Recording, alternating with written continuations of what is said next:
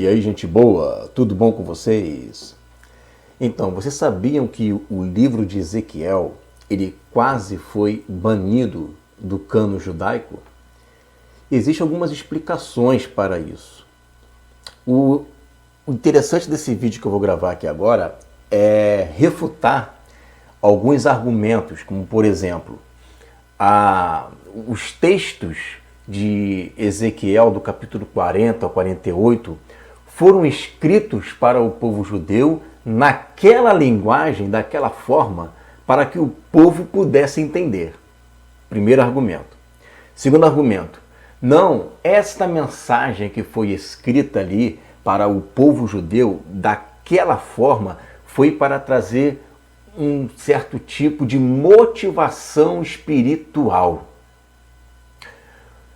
Terceiro argumento, não, aquela mensagem que foi trazida para aquele povo significa que era um templo, um estilo de vida ideal. Bom, então esses três tipos de argumento servem para demonstrar o quê? Primeiro, Deus falando naquela linguagem era para o povo entender. Né? Bom, então se era para o povo entender, eles tinham que entender, porque Deus está falando da linguagem deles para eles poderem entender, uma linguagem daquela época. O segundo argumento tange no tocante a uma linguagem, uma forma de Ezequiel se expressar para que o povo pudesse ter uma motivação. Bom, então para eles se sentirem motivados, eles teriam que entender a mensagem. Eu entendo a mensagem e por causa dessa mensagem eu me motivo. Né? Há uma motivação na minha alma. E o terceiro argumento era para que o povo entendesse o estilo de vida ideal que Deus queria. Bom, então eles eram para olhar para aquela mensagem e dizer, nossa, isso aqui realmente é que eu preciso buscar, né? Porque afinal de contas é um estilo ideal. Só que esse argumento ele não se sustenta até pela própria história que vai nos mostrar que não existe e não existiu esse tipo de pensamento, né? E se foi esse o propósito, esses três argumentos foram esses o propósito, esse propósito não se cumpriu, não aconteceu, não existiu nada disso. Eu quero ler com vocês aqui, né, um artigo que mostra o que de fato aconteceu quando o povo recebeu essa palavra lá no Antigo Testamento. O que aconteceu com eles? Vamos ler aqui, olha só. Autenticidade, unidade e canonicidade. A escola de Shammai considerava o livro de Ezequiel um livro apócrifo. Olha aí, gente, a escola de Shammai considerava o livro de Ezequiel um livro apócrifo. A escola de Shammai era uma escola que nasceu ali por volta de 50 a.C., tá? Sobre bases doutrinárias, supondo que haja ali contradições com a lei mosaica. Então você observa que este livro, ele, por um momento da história, ele foi considerado um livro não canônico pelos próprios judeus. Por quê? Porque as leis que estão ali dentro desses 9 capítulos, eles batem de frente com a lei de Moisés. Não há uma conformidade ali. E muitos acreditavam que Ezequiel, como um profeta, ele não poderia legislar, porque o que ele está fazendo ali é trazer uma legislação. Só que essa legislação que está ali é uma legislação que contradiz a lei mosaica. E por conta disso, esse livro foi considerado um livro contraditório. Vamos continuar lendo. Isso pressuponha ou que Ezequiel não foi um profeta genuíno ou que um pseudo-profeta usava o seu nome para dar maior prestígio ao livro.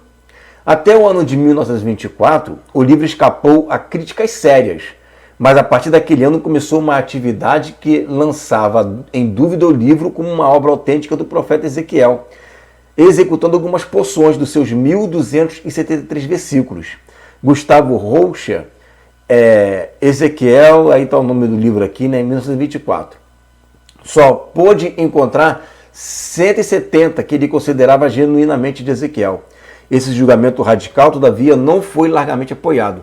No tocante às antigas críticas, os rabinos Hananias escreveu um comentário sobre o livro com o intuito, entre outras coisas, de harmonizar o livro com os ensinos de Moisés. Contudo, preste atenção, olha só, contudo, por causa da sua obscuridade, as visões do livro não eram lidas publicamente. Então você vê aqui o seguinte, eles chegaram à conclusão de que esse livro era um livro que não tinha uma explicação, a gente vai ver no outro texto que eu vou mostrar, não tinha uma explicação ideal, não havia uma explicação para esse texto. Justamente por não haver uma explicação para esse texto, olha o que eles faziam aqui, né? Esses textos não eram lidos publicamente e só quem tinha mais de 30 anos de idade tinha permissão de ler em particular. Olha isso! Só quem tinha 30 anos é que tinha o direito de ler, né? Era possibilitada a pessoa de ler o livro de Ezequiel, mas tinha que ser em particular, justamente por causa dos 9 últimos capítulos, que batia de frente, era contraditório com tudo que a lei de Moisés ensinava, né? No entanto, desde os tempos antigos, o livro tem sido reputado uma profecia genuína. Até mesmo os críticos mais radicais veem no livro a mão da autoria de Ezequiel, pelo menos quanto a alguns trechos, né? Até 1924, pouca dúvida foram lançadas sobre a unidade do livro de Ezequiel, e entre palavras cria-se que um único autor havia escrito a obra inteira, né? Então, o que causava o problema era isso aqui, olha só.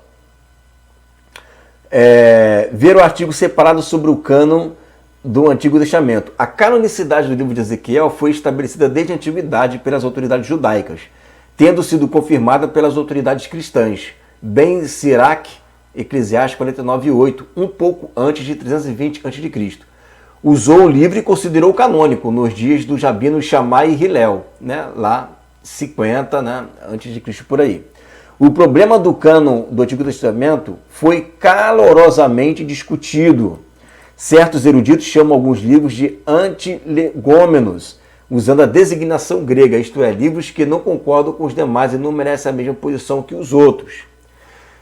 Tirando aqui algumas questões que vão colocar alguns livros ali em discussão, o que está em foco no nosso estudo é o livro de Ezequiel. E por que o livro de Ezequiel não foi considerado, né? Vamos ler aqui, ó. A questão maior era se esses livros deveriam ser usados ou não na leitura pública e nos propósitos litúrgicos. Qual é o problema central destacado aqui? Os capítulos 40 ao 48. Os capítulos 40 ao 48 contêm contradições à Torá. E contém mesmo, gente. Contém. Não é uma visão de judeu que ele acha que tem contradição. Tem contradição. Se você for ler lá, você vai encontrar essas contradições. Estão lá. Realmente é contraditório. Tá? O rabino Hananias supostamente encontrou soluções para o problema. Mas nem todos os eruditos deixam-se convencer, né? Talvez esses capítulos de Ezequiel não devessem ser reputados como revivamento do judaísmo, com algumas corrupções, e sim uma descrição do templo futuro, com suas cerimônias, o que produziria algumas diferenças em comparação à legislação mosaica original. Tá? Mas você vai ver que os primeiros cristãos, eles entendiam, eles criam sim que o livro era de fato canônico. Agora, você observa que foi uma discussão desde que esse livro apareceu. Existe essa discussão. Então eles tinham sim essa questão ali do livro, né, como um livro não canônico e principalmente por conta ali daqueles 9 últimos capítulos. Os 9 últimos capítulos ali, eles batem de frente com a lei de Moisés, e por isso muitos rabinos queriam tirar né, esse livro da Bíblia. Inclusive, eu conheço uma pessoa que não anda mais, né, no nosso meio, que quando eu comecei a ler para ela aquele livro, comecei a mostrar, né, para essa pessoa os argumentos daquele livro ali, a resposta que ela me deu foi: esse livro esses 9 últimos capítulos tinham que ser rasgados da Bíblia. Foi o que essa pessoa me falou. Ao invés de trazer uma solução para o texto, ela preferiu banir, né, posições radicais. Como essa a gente não tolera. Então, eu vou ler para vocês aqui um outro artigo interessante. Deixa eu abrir aqui para você. Que está aqui na Bíblia de Estudo Moody. Tá? A Bíblia de Estudo Moody vai trazer a seguinte informação, olha só. Primeiramente mencionou os pecados que provocaram a queda de Judá, Vai falar aqui do livro, né, de Ezequiel, introdução ao livro de Ezequiel. Esses capítulos finais apresentam vastas dificuldades. Os rabis do Talmud, Mehamot, comentam que apenas o profeta Elias, eis aí a solução, eis aí a solução. Comentam que apenas o profeta Elias, que será o arauto da redenção final, é que elucidará as discrepâncias com as leis do Pentateuco e os termos que não aparecem em nenhum outro lugar. E está certo, é o que a gente vem falando o tempo inteiro, há 2 anos, mais do que 2 anos, né?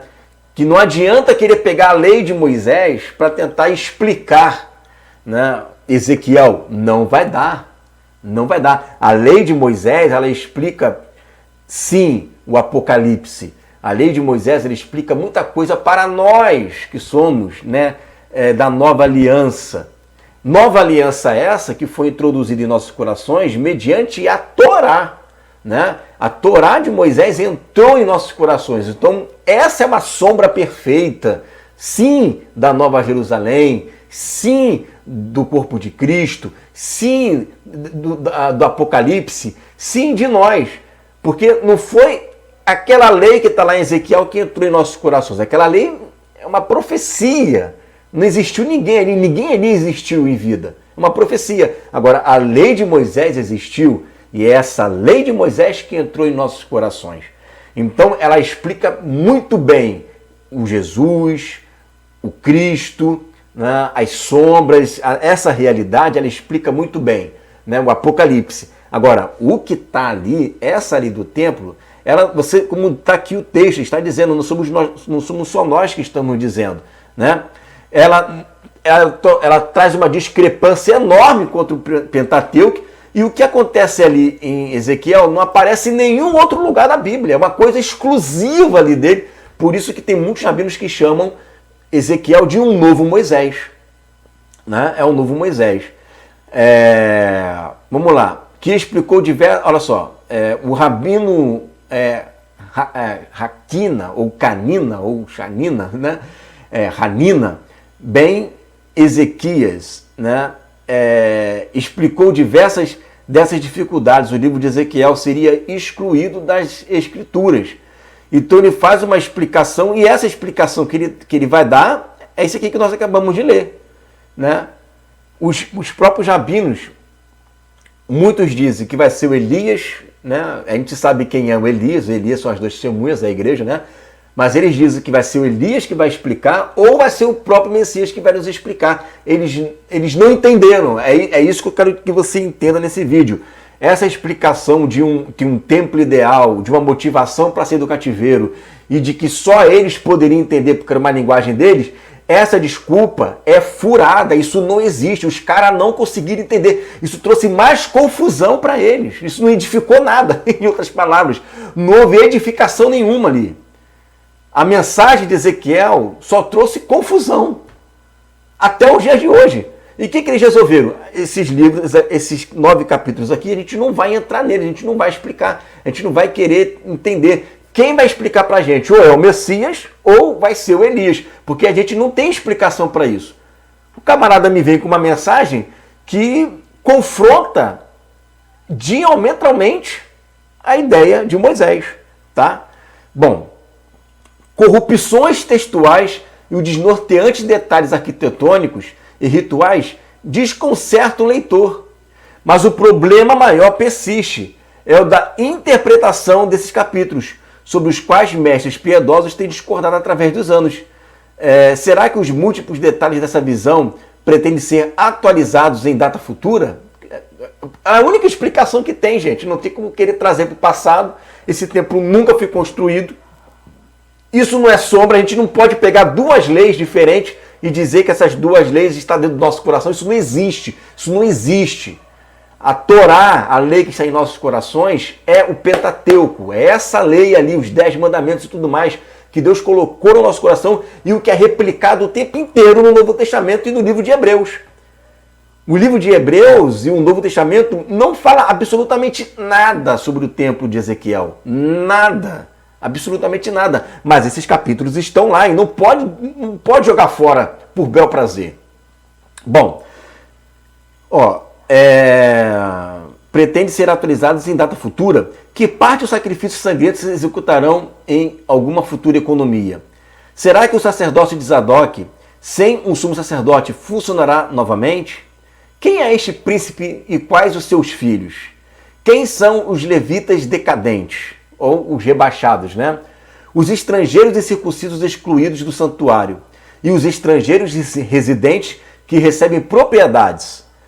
Como os problemas geográficos se relacionam com as águas que brotam do templo e com a divisão da terra entre as 12 tribos, para serem explicados, né? Então, você vê aqui que a comunidade judia pós-exílica ainda precisava do templo, do sacerdote, do sacrifício, né? Mas, basicamente, esses 8 capítulos aqui não tem nada a ver com tudo que aconteceu ali com o templo de Zorobabel e mais na frente com o templo de Herodes. Não tem absolutamente nada. Nada do que está ali se cumpriu. Nada do que está ali se cumpriu. Então, não é um templo ideal, não é um templo de motivação e não é uma linguagem que Deus usou para que o povo pudesse entender, porque o povo não entendeu bulhufa. Não motivou nada, só trouxe confusão. Né? E não foi um templo ideal, porque isso nunca existiu. Né? E como que é um templo ideal que bate de frente com a lei de Moisés? Bastava trazer uma mensagem, né, nos moldes de Moisés, na lei de Moisés, né, exatamente como diz Moisés, com figuras de pessoas fazendo as coisas ideais. Só que não é isso que está ali. Né? Basicamente está dizendo assim, o templo ideal, ela não é o que eu quero que seja conforme de Moisés. Eu quero isso, isso, isso. E traz um outro viés, contradições, que na verdade não são contradições. Aquela lei ali, a lei de Moisés, gente, presta atenção, a lei de Moisés, ela se refere a nós. É essa lei que edificou a igreja que nasceu lá no Éden. Porque a igreja não nasceu em Atos. Em Atos foi uma segunda dispensação desta mesma lei. A lei que estava no coração de Abraão. A lei que foi transformada em tábuas de pedra. A lei que foi dada e instruída. E é essa lei, né, que estará no nosso coração. E está hoje, né? Está no nosso coração. Essa lei que foi dada em pedras, que Paulo fala, que Hebreus fala, o tempo inteiro, agora está derramado pelo Espírito em nosso coração. É esta lei. A lei de Ezequiel não está em Moisés, não está nos profetas, não está no Novo Testamento. É uma coisa que vai acontecer mais na frente. Não tem explicação para isso. São cerimônias, são regras, né? São questões burocráticas ali para dificultar para uma coisa e para facilitar para outra. Existem ordens ali, existem questões ali que não tem como você querer dizer isso aqui é o templo, é o Cristo, porque existem normas, existem leis, existem ordenações, existem toda uma forma de mecanismo complexo ali para poder funcionar esse templo. E isto não é o que os apóstolos ensinam. Os apóstolos não ensinam isso. Hebreus não ensina isso. Então, o que está ali em Ezequiel é algo que realmente os rabinos não conseguiram explicar. Os rabinos, os messiânicos, rabinos messiânicos também não conseguiram explicar. O Ensinando de Sião, por exemplo, o que eles ensinam? Eles ensinam que esse templo de Ezequiel vai ser construído no reino milenar. Mas eles não entram em detalhes. Eles só falam, isso aqui é para o reino milenar. Jesus, quando voltar, vai nos explicar. Eles não entram em detalhes. Por quê? Porque são textos difíceis. O camarada que tenta simbolizar isso daí vai entrar numa furada. Entra numa furada. Se você literaliza, qual é o medo ali dos rabinos, né, e dos judeus messiânicos? É porque bate de frente com a lei de Moisés. Só que eles não entendem que a lei de Moisés já se cumpriu em Cristo. O fim da lei é Cristo. Já se cumpriu em Cristo dentro de nós. Mas vai ter uma lei no reino milenar, não vai ter? Não vai ter uma lei no reino milenar? Vai ter que ter. Só que essa lei de Moisés, que se cumpriu em Cristo, já está dentro de nós pelo Espírito. Sendo que as nações não vão nascer de novo. Então a lei de Moisés, que é eterna e que já se cumpriu em nós, né, não vai estar ali no reino milenar para as nações, porque ele já teve o cumprimento na igreja. Agora, a lei do templo, que Ezequiel fala, a lei do templo, ela tem sim um cumprimento dentro dessa dispensação, não para nós, aqui dali não se refere a nós, a gente não está pecando ali, igual está o príncipe, a gente não está fazendo sacrifício para nós, a igreja não faz sacrifícios no reino milenar, gente. A igreja não peca, como que eu vou fazer sacrifício para mim se eu não estou pecando? Isso é um absurdo. Então, aquela lei do templo ali se refere única e exclusivamente para as nações na carne que estarão ali. Por quê? A lei de Moisés já cumpriu o seu propósito junto com a cruz de Cristo e com o sangue de Cristo, né, na igreja. O sangue de Cristo serviu para comprar, né, os principais da terra, as primícias da terra, e fazer deles reis e sacerdotes. Não foi para fazer sacerdote de Zadok, e não foi para fazer sacerdote levítico. O sangue de Jesus foi para nos tornar reis e sacerdotes da ordem de Melquisedeque, que é o que Hebreus trabalha o tempo todo. O livro de Hebreus trabalha sobre a ótica da ordem de Melquisedeque, não sobre a ordem de Zadok e de Levita do tempo, dos dias do reino milenar. Certo, gente? Isso daí trouxe mais um ponto histórico aqui, gente. Mais um ponto histórico e mais um comentário bíblico, né, do comentário bíblico Moody, que corrobora com a nossa visão. Não é apenas uma questão nossa, né? Isso daí é algo antigo. Estudiosos, teólogos vão concordar muito com o que eu estou falando aqui, tá? Então não é novidade nenhuma isso daí. Beleza, gente? Fiquem com essa palavra em nome de Jesus.